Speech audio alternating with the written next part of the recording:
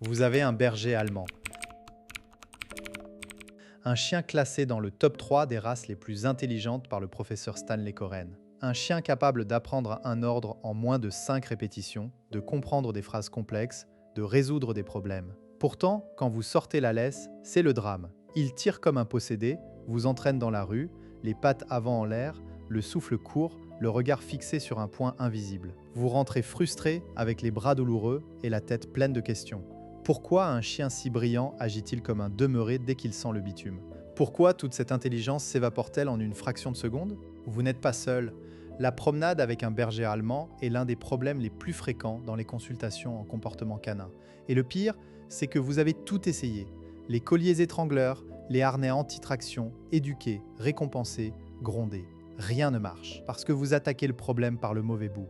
Vous croyez que votre chien tire par manque d'obéissance ou par bêtise. La vérité est bien plus subtile, bien plus fascinante, et surtout bien plus facile à corriger une fois que vous comprenez le mécanisme sous-jacent. Dans cette vidéo, vous allez découvrir pourquoi l'intelligence de votre berger allemand est précisément ce qui le pousse à tirer en laisse. Vous apprendrez à décoder les signaux que votre chien vous envoie en réalité pendant ses promenades.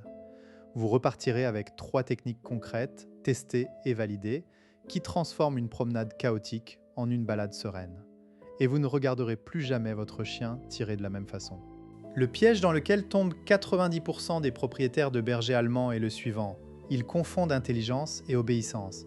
Vous dites « au pied », votre chien sait ce que ça veut dire. Il peut même le faire en salon. Mais dehors, c'est comme s'il n'avait jamais entendu ce mot. Alors vous concluez qu'il est têtu, qu'il vous teste, qu'il domine. Vous redoublez d'autorité. Il tire plus fort. Le cercle vicieux s'installe. En réalité, votre chien n'est pas désobéissant. Il est en train de faire ce que des millénaires de sélection génétique lui ont programmé de faire. Explorer, collecter des informations, sécuriser son territoire. Le berger allemand a été développé pour travailler en autonomie, pour prendre des initiatives, pour suivre une piste sans attendre l'ordre du maître. C'est un chien de berger, un chien de protection, un chien de police. Son cerveau est conçu pour être en alerte permanente, pour analyser chaque stimulus, pour agir vite. Quand il tire en laisse, ce n'est pas un caprice. C'est son instinct qui prend le contrôle. Et là est le paradoxe central. Plus votre chien est intelligent, plus il est réactif aux stimuli de l'environnement. Plus il capte de choses, plus il veut s'y intéresser, plus il tire. L'intelligence canine n'est pas un interrupteur que vous pouvez éteindre. C'est un moteur qui tourne en permanence. Votre rôle n'est pas de le faire taire, mais de lui donner un cap. Pour comprendre ce qui se passe dans la tête de votre berger allemand quand il tire, il faut plonger dans le concept de perte d'attention sélective, étudié par la chercheuse Alexandra Horowitz à l'Université de Columbia.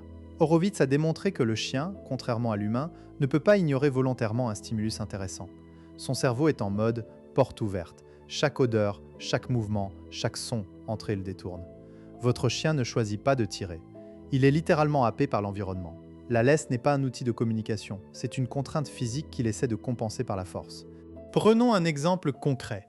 Je connais un berger allemand nommé Vulcain, 3 ans, vivant à Lyon dans un appartement avec son propriétaire, Marc, un commercial de 45 ans. Marc a tout essayé, le collier à pointe, le harnais de traction, les cours en club canin. Rien n'y fait, Vulcain tire dès qu'il passe le pas de la porte. Marc est convaincu que son chien est hyperactif ou dominant. Il a même consulté un vétérinaire qui lui a proposé des médicaments. Mais un jour, Marc a décidé de filmer une promenade pour analyser le comportement de Vulcain. Sur la vidéo, on voit Marc sortir de l'immeuble, Vulcain déjà en éveil, les oreilles dressées. Marc attache la laisse et Vulcain se jette en avant. Marc tire en arrière, Vulcain tire plus fort, Marc s'arrête, Vulcain s'assoit une seconde puis repart. Marc le gronde, Vulcain ralentit quelques pas, puis recommence. Cela dure 20 minutes. Marc arrive au parc épuisé, furieux, et il passe la promenade à corriger Vulcain plutôt qu'à profiter. Mais si on regarde la vidéo en détail, on voit autre chose. Quand Vulcain tire, son regard est fixé sur un point précis, un autre chien au loin, un vélo, une odeur au sol, sa queue est haute, son corps est tendu vers l'avant, ses babines sont serrées. Ce n'est pas de l'agressivité, c'est de la concentration intense. Vulcain n'essaie pas de dominer Marc, il est en train de dire « Regarde, là-bas, il y a quelque chose d'important, il faut que j'aille vérifier. » Et comme Marc ne comprend pas ce message, il tire en sens inverse. Le conflit s'installe. Arrêtons-nous un instant sur ce que votre chien exprime vraiment quand il tire. Il ne vous dit pas « je suis le chef » ou « je te défie ». Il vous dit « je suis submergé par des stimuli, je ne peux pas me contrôler, aide-moi à gérer cette surcharge ». Le problème, c'est que vous l'interprétez comme une désobéissance. Vous répondez par la contrainte, ce qui augmente son stress, ce qui augmente sa réactivité, ce qui augmente l'attraction. Vous êtes dans une boucle que le psychologue John Gottman appellerait un schéma d'escalade négative. Les conséquences de ce malentendu sont graves. Physiquement, votre chien peut se blesser la trachée, la nuque, les cervicales. Psychologiquement, il apprend que vous êtes une source de frustration plutôt qu'un guide. La promenade devient un moment anxiogène et votre relation s'érode. Certains propriétaires finissent par sortir leur chien le moins possible, ce qui empire le problème car le chien est encore plus excité quand il sort et tire encore plus. C'est un cercle vicieux qui peut conduire à l'abandon ou à l'euthanasie comportementale. Mais tout cela peut être évité. La première clé, c'est de changer d'état d'esprit. Vous devez accepter que votre berger allemand tire non pas malgré son intelligence, mais à cause d'elle. Une fois que vous comprenez cela, vous pouvez utiliser son intelligence à votre avantage plutôt que de la combattre. Technique 1. L'appel au non avec gratification différée. Voici la première technique que j'appelle l'appel au non avec gratification différée. Voici la première technique que j'appelle l'appel au non avec gratification différée. Elle repose sur un principe simple, votre chien doit apprendre que vous êtes la source de toutes les bonnes choses, y compris de l'accès aux stimuli intéressants. Le protocole, à la maison, en environnement calme, prenez une poignée de friandises de haute valeur. Fromage, saucisses, foie. Dites le nom de votre chien d'une voix joyeuse. Dès qu'il vous regarde, dites « oui » et donnez-lui une friandise. Faites cela 10 fois. Ensuite, augmentez le délai. Dites son nom, attendez qu'il soutienne votre regard une seconde, puis récompensez. Puis 2 secondes, 3, etc. Ensuite, passez à l'extérieur. Mais attention, ne commencez pas en pleine rue. Allez dans un endroit calme, un jardin, un parking vide. Recommencez l'exercice. Quand votre chien regarde un stimulus, appelez-le. S'il se tourne vers vous, récompensez immédiatement. S'il ne réagit pas, approchez-vous du stimulus pour qu'il vous suive, puis appelez-le à nouveau. Le but est de créer une association. Entendre son nom, se tourner vers vous, recevoir une récompense. Exemple avec Vulcain. Marc a commencé dans le couloir de son immeuble, puis sur le palier, puis dans la rue devant l'immeuble. À chaque fois, il appelait Vulcain, et quand Vulcain le regardait, il recevait un morceau de saucisse. Au bout d'une semaine, Vulcain se retournait automatiquement dès que Marc prononçait son nom, même en présence d'un autre chien. Technique 2, le changement de direction. La deuxième technique est le changement de direction. Ou je tourne, tu tournes. Elle repose sur le principe que votre chien ne peut pas tirer dans la direction que vous choisissez si vous changez constamment de cap. Cela stimule son attention et le force à vous suivre. Le protocole, en balade, dès que votre chien commence à tirer, ne tirez pas en arrière. Dites « viens » sur un ton enjoué et tournez brusquement à 180 degrés pour repartir dans l'autre sens. Votre chien surpris va vous suivre. Gardez la laisse détendue, les bras le long du corps. Félicitez-le dès qu'il est à votre niveau. Au bout de quelques mètres, s'il ne tire pas, vous pouvez changer à nouveau de direction. L'idée est de briser la routine de traction. Plus vous changez de direction souvent, plus votre chien doit vous surveiller et moins il a le temps de se focaliser sur les stimuli. Vous devenez plus intéressant que l'environnement. Avec Vulcain, Marc a fait systématiquement des demi-tours toutes les 5 à 10 secondes pendant les 5 premières minutes de la promenade. Résultat, Vulcain a commencé à marcher en regardant Marc en attendant le prochain changement. La tension dans la laisse a diminué de 70% en 2 semaines.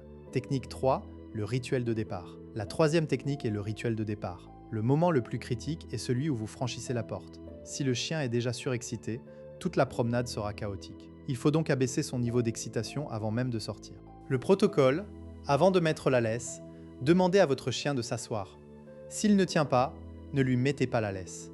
Attendez qu'il se calme, puis attachez la laisse et ouvrez la porte. S'il se précipite, refermez la porte immédiatement, attendez qu'il s'assoie à nouveau, puis rouvrez. Recommencez jusqu'à ce qu'il attende votre signal pour sortir. Quand il sort calmement, récompensez. Ce rituel apprend au chien que sortir n'est pas une récompense en soi, mais une conséquence de son calme. C'est la porte qui devient le renforçateur, pas la balade. Avec Vulcain, Marc a passé 3 jours à ne pas réussir à sortir de l'appartement sans que Vulcain ne se précipite. Le 4e jour, Vulcain a attendu 5 secondes. Marc l'a récompensé et ils sont sortis sans qu'il ne tire. Aujourd'hui, le rituel est ancré. Vulcain s'assoit, Marc ouvre, Vulcain attend le mot « vas-y » et sort posément. Vous vous dites peut-être « j'ai déjà essayé ce genre de choses, ça n'a pas marché ». C'est possible. Mais posez-vous ces questions. Avez-vous été constant? Combien de temps avez-vous tenu avant d'abandonner? Avez-vous fait les exercices dans un ordre progressif? Le manque de résultats vient souvent d'une application décousue ou d'une attente trop rapide.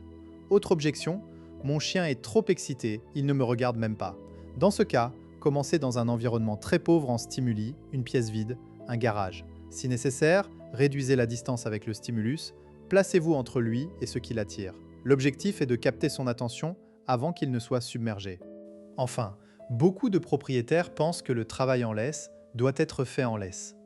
Détrompez-vous, le fondement du travail en laisse, c'est la connexion sans laisse dans un endroit sécurisé.